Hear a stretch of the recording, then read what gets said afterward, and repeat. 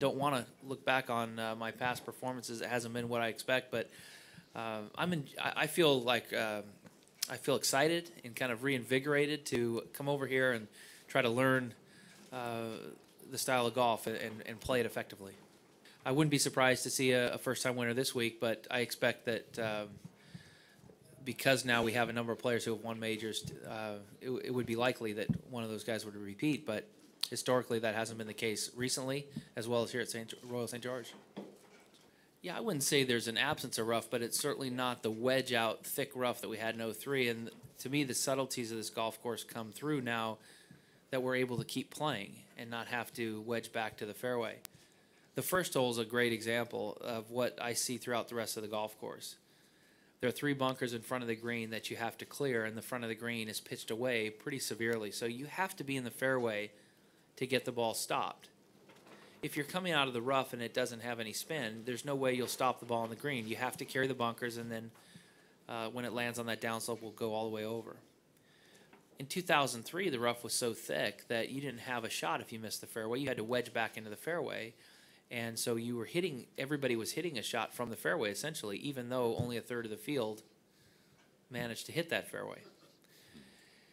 Because of that, the subtleties and the nuances and what really makes this course strategic and great, they didn't come through the way they are this week. And now it's starting to really shine. And the angles at which you have to approach greens, landing them 40, 50 yards short of the green, the way the bunkers are staggered, working them around left of one bunker, right of the other, that is starting to come through on almost every hole, and I think the guys are really enjoying it. I know I am. I'm really starting to see and appreciate the golf course now. But I'm really coming to enjoy and appreciate the challenge that links golf provides, and I've always enjoyed it. I haven't necessarily done it very well. I haven't performed very well. But I feel much better on the greens. Like the one area that I felt has held me back over the years is my putting on some of the fescue-type greens.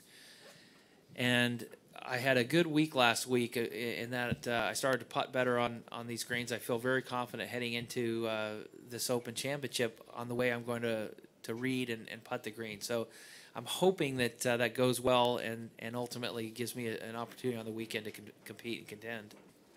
Like I say, I'm trying to go in here as though it's the first time, and that I'm trying to pretend I've never played here before, and that I'm just trying to relearn or learn it all from scratch.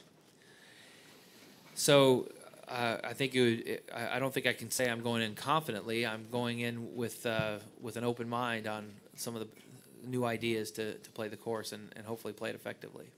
I'm trying to, like when I played this course, I'm trying to find out if there are some greens that it's better to come in on the ground, if the ground will bring the ball towards the pin or towards the center of the green, or if it gets repelled away, and if there's some holes that I want to try to fly it on the green because the ground short isn't helpful. So learning some of those nuances of the course is like the first thing that I'm trying to do a little bit more effectively now so that I can make better decisions while I'm out playing.